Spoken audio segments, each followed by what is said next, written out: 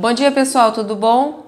Essa semana a professora ela trouxe um conteúdo tratando a respeito da digestão dos alimentos, só que não só da digestão como um todo. Nós vamos falar sobre algumas partes, o que acontece em determinadas partes do nosso corpo durante a digestão.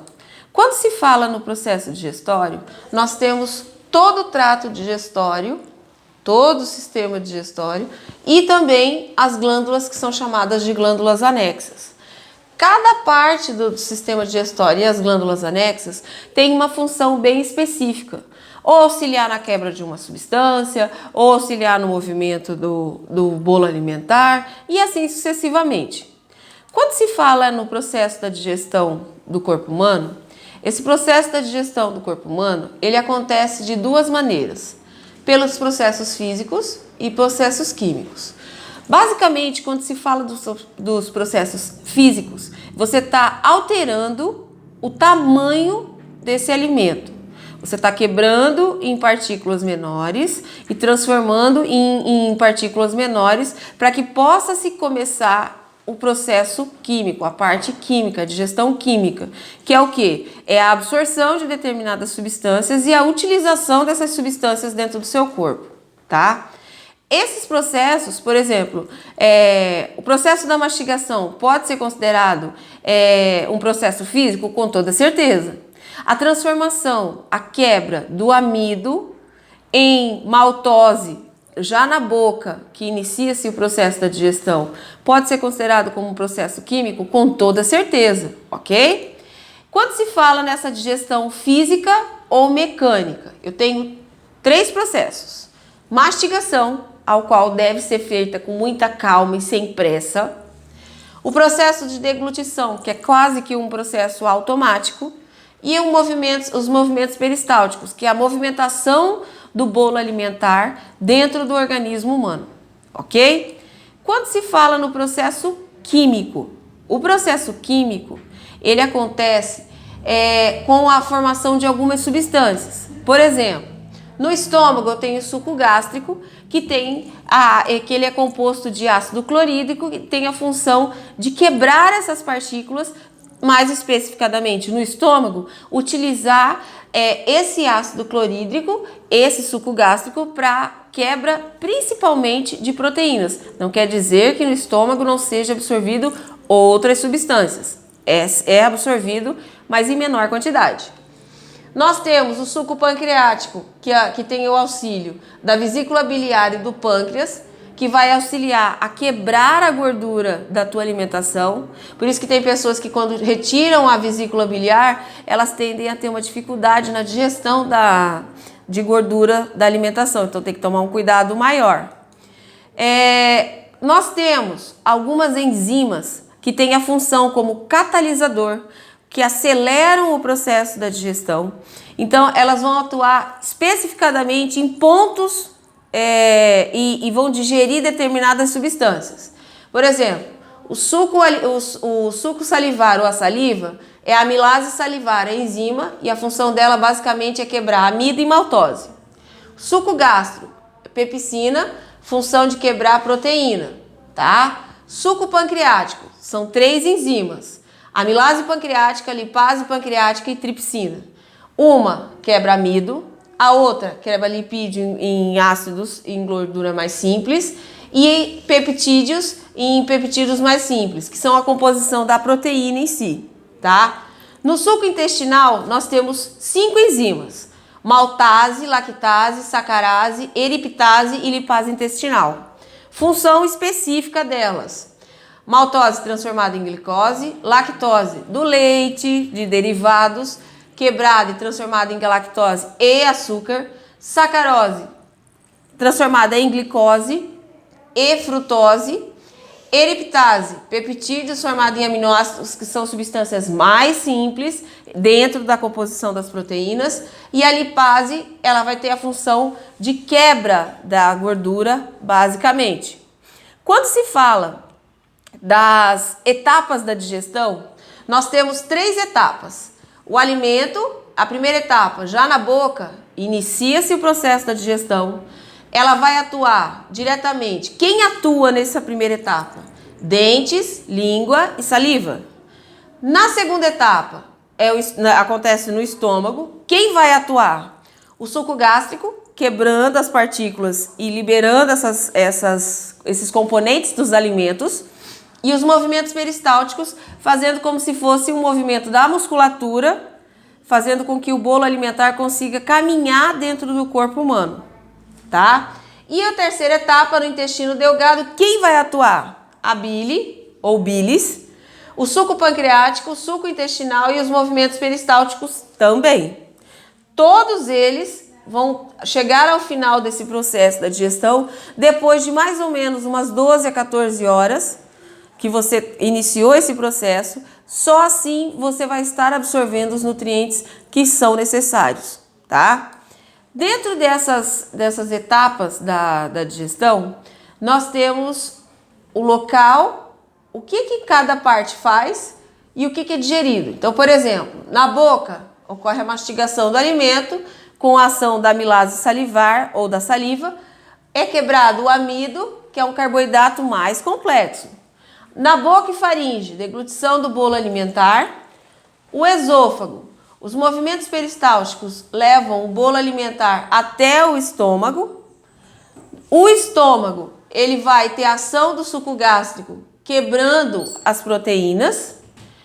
No estômago também tem a formação do quimo, que é como se fosse um bolo alimentar mais gelatinoso. Ele ainda está com substâncias e com muita água dentro dele.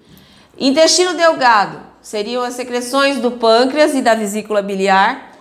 Ela vai atuar ação da bile, suco pancreático e suco intestinal, quebrando o quê, professora? Lipídios, carboidratos e proteínas. O intestino delgado e o intestino grosso, qual que é a função deles? Absorver nutrientes pelos vasos sanguíneos, tá? Absorve carboidrato, lipídio, proteína e vitamina e absorve água e sais minerais. No intestino grosso, eu tenho a formação das fezes, que é essa formação das fezes. Depois ele é direcionado para o reto e para o ânus e sai só o que sobrou, o que não foi mais utilizado, tá? Dentro da boca, nós temos o início do processo da digestão. Esse alimento ele é mastigado pelos dentes, ocorre a ação química da amilase salivar, quebrando o amido e deixando ser transformando em partículas menores. E após a mastigação e a deglutição, forma-se o início do bolo alimentar. Esse bolo alimentar vai fazer com que esse alimento seja digerido, passa pela faringe e vai chegar no esôfago. Só depois é que vai chegar no estômago para aí sim iniciar o processo da digestão. As etapas da digestão no esôfago e no estômago. Quando se fala desse processo, os movimentos peristálticos, eles vão auxiliar a levar o alimento da parte do esôfago para chegar no estômago e vão conduzir o bolo alimentar até o tubo digestório.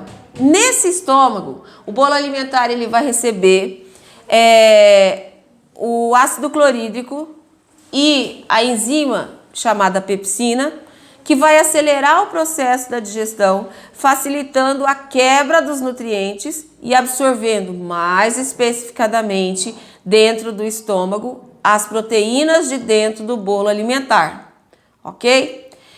Essa digestão no intestino delgado, eu tenho o auxílio de algumas estruturas que secretam substâncias para auxiliar na quebra e na utilização de carboidratos, de lipídios e de outras substâncias. Por exemplo, a bile, que está dentro da vesícula biliar, ela tem como principal função atuar como se fosse um detergente. E essa atuação como se fosse um detergente faz com que ela se quebre em partículas pequenas, tá? Eu não sei se vocês já observaram, por exemplo, quando você pega um prato muito engordurado e você pinga uma gota de detergente, ela vai simplesmente quebrar a gordura e vai abrir essa gordura, vai como se ela estivesse dissipando. A mesma ideia do detergente sobre a gordura no prato é a atuação da bile em cima da gordura da nossa alimentação. O suco pancreático, ele vai atuar, vai quebrar em partículas menores proteína, carboidrato e lipídio. E o suco intestinal, basicamente, proteína e carboidrato, porque são estruturas muito complexas, tá? Tudo isso que eu acabei de falar, da bile, suco pancreático e suco intestinal, atua diretamente no intestino delgado. Zero bala? Bom, essa digestão, ela vai acontecer da seguinte maneira. Eu tenho o quimo, que é aquele primeiro bolo alimentar com muita água ainda. O suco pancreático atuando sobre esse quimo, quebrando proteína, carboidrato e lipídio. Esse quimo vai se transformar em quilo para seguir o processo da digestão. No suco intestinal, que seria no intestino delgado, eu tenho a quebra da proteína e do carboidrato. E a vesícula biliar eu tenho a quebra basicamente só de gordura, só de lipídio, ok? Quando se fala desse intestino delgado, ele vai se transformar num líquido mais viscoso e branco. E lá vai acontecer, dentro do intestino delgado, a absorção de nutrientes que vai pegar assim, água, sais minerais, vai fazer um apanhado do que ainda tem lá dentro para poder estar utilizando, ok? Essa digestão no intestino grosso, que já seria o final da digestão, ela vai acontecer basicamente assim, o que não é absorvido passa para o intestino grosso. O que não acaba sendo absorvido? Água e desculpa. E a massa alimentar, que basicamente ela é formada por fibras, que tem que fazer parte da nossa alimentação. Lembra quando a Pro comentou da importância das fibras? Então, é para funcionar o intestino. Esse intestino, ele vai absorver água e sais minerais, que só aí vai ser levado ou jogado para dentro da corrente sanguínea e acaba sendo absorvido. Depois disso, o que não foi utilizado vai para o reto e depois ao ânus e vai para a parte exterior do corpo por intermédio dos movimentos peristálticos, ok? Bom, dentro da divisão do sistema digestório, nós temos algumas estruturas que nós podemos considerar como estruturas vestigiais. O apêndice vermiforme, que seria essa pontinha aqui, que é o que dá apendicite. O apêndice vermiforme, ele é um órgão vestigial.